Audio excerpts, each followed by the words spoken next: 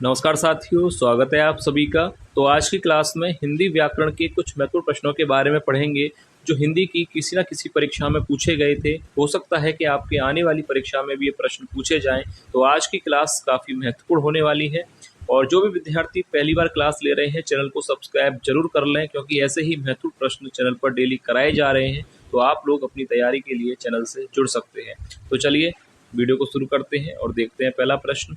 तो देखिए, पहला प्रश्न है, मक्षिका किसका तत्सम शब्द है। यह प्रश्न परीक्षा में पूछा गया था कि मक्षिका किसका तत्सम शब्द है। ऑप्शंस दिए गए हैं, मछली, बी मक्खी, सी मच्छर या ऑप्शन डी मिट्टी।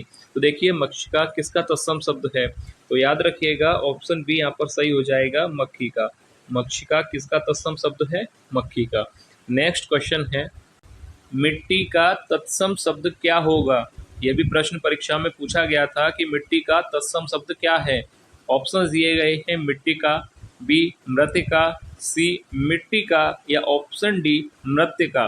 तो देखिए, मिट्टी शब्द का सही तत्सम शब्द यहाँ पर क्या होगा, ऑप्शन डी याद रखिएगा। ऑप्शन डी यहाँ पर सही हो जाएगा, मृत्तिका, या ना कि मृतिका। ऑप्शन बी गलत है, ध्यान से देख लीजिएगा, ऑप्शन बी गलत है। ऑप्शन डी सही होगा, मृत्तिका। मिट्टी का तत्सम शब्द होता है मृत्तिका। नेक्स्ट क्वेश्चन है, स्वाधीन का विलोम शब्द क्या है।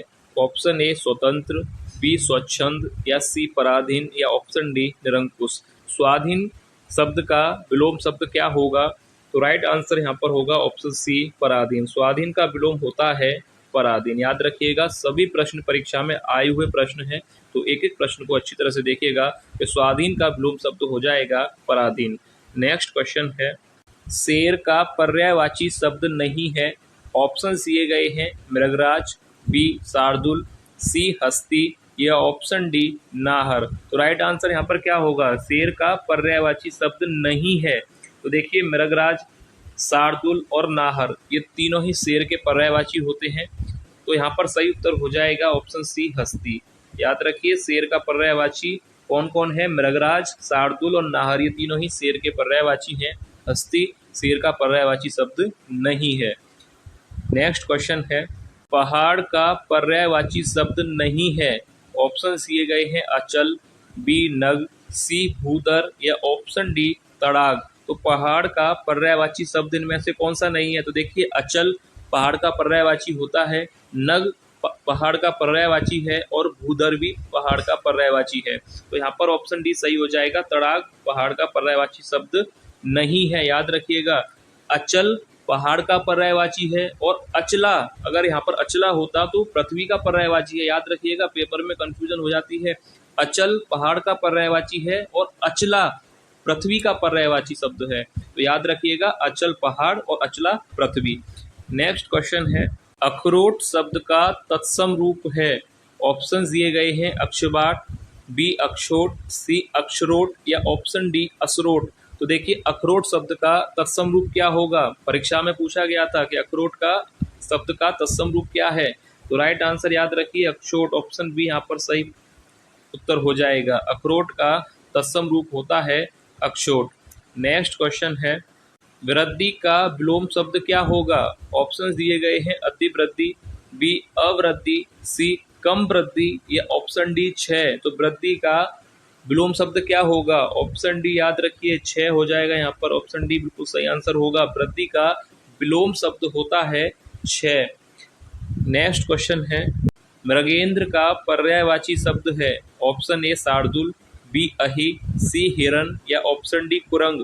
तो मृगेंद्र किसका पर्यायवाची होता है, शेर का। यानी प्रश्न वही है कि शेर का पर्यायवाची शब्द क्या है, मृगेंद्र होता है और शार्दुल भी होता है। ऑप्शन पहला यहाँ पर सही हो जाएगा। अभी मैंने आपको बताया था, मृगेंद्र, शार्दुल, सिंह, शेर ये सब शेर के पर्यायवाची शब्द हैं, याद रखिएगा। नेक्स्ट क्वेश्चन है, छिछला शब्द का विलोम क्या है। ऑप्शन ए उजाड़ना, बी गहरा, सी तृप्ति या ऑप्शन डी पीठ। छिछला शब्द का विलोम शब्द होता है गहरा। ऑप्शन बी राइट आंसर यहाँ पर हो जाएगा, छिछला शब्द का विलोम क्या होगा, गहरा। नेक्स्ट क्वेश्चन है, जो शीघ्र प्रसन्न हो जाए एक शब्द होगा। तो देखिए, जो शीघ्र प्रसन्न हो जाए के लिए एक शब्द क्या होगा। ऑप्शन दिए गए हैं, प्रसन्नचित्त, बी प्रसून, सी प्रसन्न या ऑप्शन डी आशुतोष। जो शीघ्र प्रसन्न हो जाए के लिए एक शब्द होता है आशुतोष। ऑप्शन डी यहाँ पर राइट आंसर होगा। जो शीघ्र प्रसन्न हो जाए के लिए एक शब्द याद रखिएगा आशुतोष, ना कि प्रसन्नचित्त। ऑप्शन पहला गलत है, डी यहाँ पर राइट आंसर होगा आशुतोष। नेक्स्ट क्वेश्चन है अभी अभी जन्म लेने वाला, इसके लिए एक शब्द क्या होगा? अभी अभी जन्म लेने वाला के लिए एक शब्द क्या होगा? ऑप्शन ए जन्मा, या बी नवजात, सी जन्मजात, या ऑप्शन डी अजन्मा। तो देखिए अभी अभी जन्म लेने वाले के लिए एक शब्द होता है नवजात। ऑप्शन बी यहाँ पर राइट आंसर हो जाएगा। देखिए याद कर लीजिएगा, अभी अभी जन्म लेने वाला के लिए एक शब्द होता है नवजात। नेक्स्ट क्वेश्चन है निर्बल शब्द का विलोम है। ऑप्शन ए सुदृढ़, बी सबल, सी बाहुबली, या ऑप्शन डी समुन्नत। तो निर्बल शब्द का विलोम शब्द क्या होगा? तो सरल प्रश्न है, ऑप्शन बी यहाँ पर राइट आंसर हो जाएगा सबल। निर्बल का विलोम होता है सबल।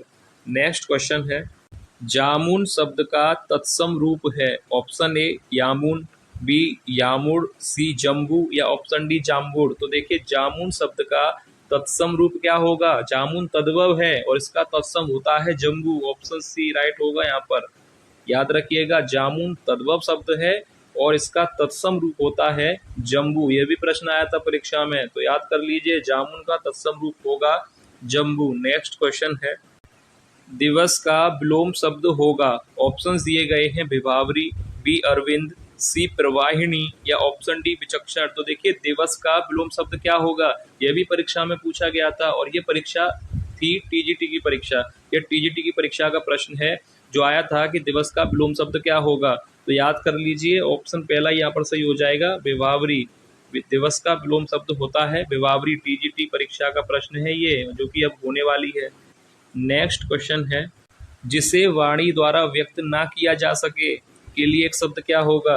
ऑप्शन दे रखे हैं, तो यहाँ पर सीधा हम सही आंसर पर ही टिक करेंगे। जिसे वाणी द्वारा व्यक्त ना किया जा सके, ध्यान से देख लीजिएगा, ऑप्शन डी यहाँ पर राइट हो जाएगा अनिर्वचनीय।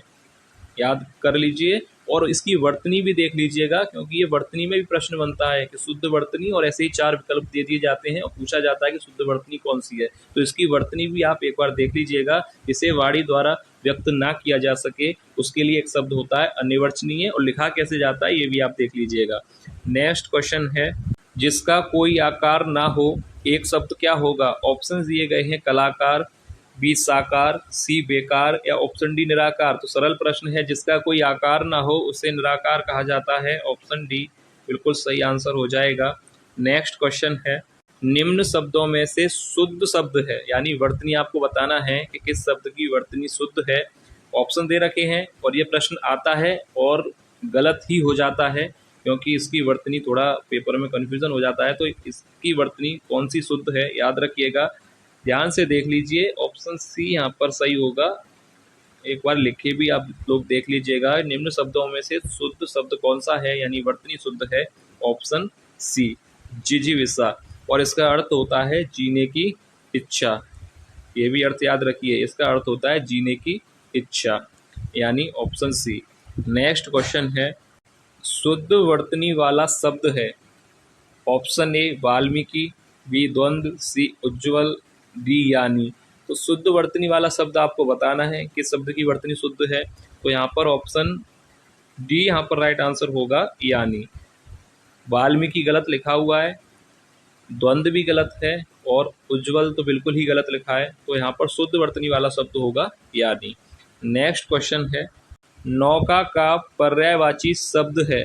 ऑप्शन ए भरता, बी बात, सी दारा, या ऑप्शन डी तरणी। तो नौका का पर्यायवाची शब्द क्या होगा?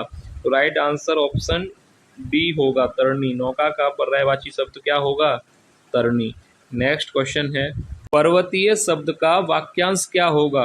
ऑप्शन ए जो पर्वत पर घूमने वाला हो, या जो पर्वत पर उगने वाला हो, या ऑप्शन सी जो पर्वत पर चढ़ने वाला हो, या ऑप्शन डी जो पर्वत पर रहने वाला हो। तो पर्वतीय शब्द का सही वाक्यांश यहाँ पर क्या होगा? तो याद रखिए जो पर्वत पर रहने वाला हो। ऑप्शन डी यहाँ पर सही उत्तर हो जाएगा। जो पर्वत पर रहने वाला हो के लिए शब्द होगा पर्वतीय। तो ऑप्शन डी बिल्कुल सही उत्तर हो जाएगा। नेक्स्ट क्वेश्चन है, ग्रंथि का तद्भव शब्द क्या है? ऑप्शन ए गांव, बी गांठ, सी ग्रंथ या ऑप्शन डी पुस्तक। ग्रंथि तत्सम शब्द है तो इसका तद्भव क्या होगा? ऑप्शन बी गांठ। याद रखिएगा, ऑप्शन बी यहाँ पर बिल्कुल सही उत्तर होगा। ग्रंथि का तद्भव शब्द होता है गांठ। नेक्स्ट क्वेश्चन है, शुद्ध वर्तनी वाला शब्द है। ऑप्शन दिए गए हैं तो राइट आंसर क्या होगा? किस शब्द की वर्तनी शुद्ध है? तो सरल प्रश्न है, ऑप्शन बी यहाँ पर राइट होगा, सुषमा शब्द की वर्तनी शुद्ध है। नेक्स्ट क्वेश्चन है, तलवार का पर्यायवाची शब्द नहीं है। ऑप्शन दिए गए हैं, अस्सी, बी कृपाण, सी केतन या डी शमशीर। तलवार का पर्यायवाची शब्द इनमें से कौन सा शब्द नहीं है? तो याद रखिए, अस्सी, कृपाण और शमशीर ये तीनों ही पर्यायवाची शब्द हैं तलवार के। केतन यहाँ पर सही उत्तर हो जाएगा, तलवार का पर्यायवाची शब्द नहीं है। याद रखिए, अस्सी, कृपाण और शमशीर तीनों ही तलवार के पर्यायवाची शब्द हैं। नेक्स्ट क्वेश्चन है, शुद्ध वर्तनी वाला शब्द है, आपको बताना है कि किस शब्द की वर्तनी शुद्ध है। ऑप्शंस दिए गए हैं, आशीर्वाद, अध्ययन, उन्नी या आजीविका। तो यहाँ पर राइट आंसर क्या होगा? तो देखिए, यहाँ पर शुद्ध वर्तनी वाला शब्द हो जाएगा ऑप्शन डी, आजीविका। यहाँ पर आजीविका सही लिखा है, बाकी ए बी सी तीनों ही शब्दों की वर्तनी अशुद्ध है। आशीर्वाद गलत है, अध्ययन गलत है और उन्हीं भी गलत है। आजीविका बिल्कुल सही शब्द है। तो ये था वीडियो का लास्ट प्रश्न। उम्मीद है आपको वीडियो पसंद आई होगी, और जो भी विद्यार्थी पहली बार क्लास ले रहे थे चैनल को सब्सक्राइब जरूर कर लीजिएगा, क्योंकि ऐसे ही प्रश्न चैनल पर डेली कराए जा रहे हैं। तो आप लोग अपनी तैयारी के लिए चैनल से जुड़ सकते हैं। तो चलिए मिलेंगे नेक्स्ट क्लास में ऐसे ही और महत्वपूर्ण प्रश्नों के साथ। तब तक के लिए धन्यवाद।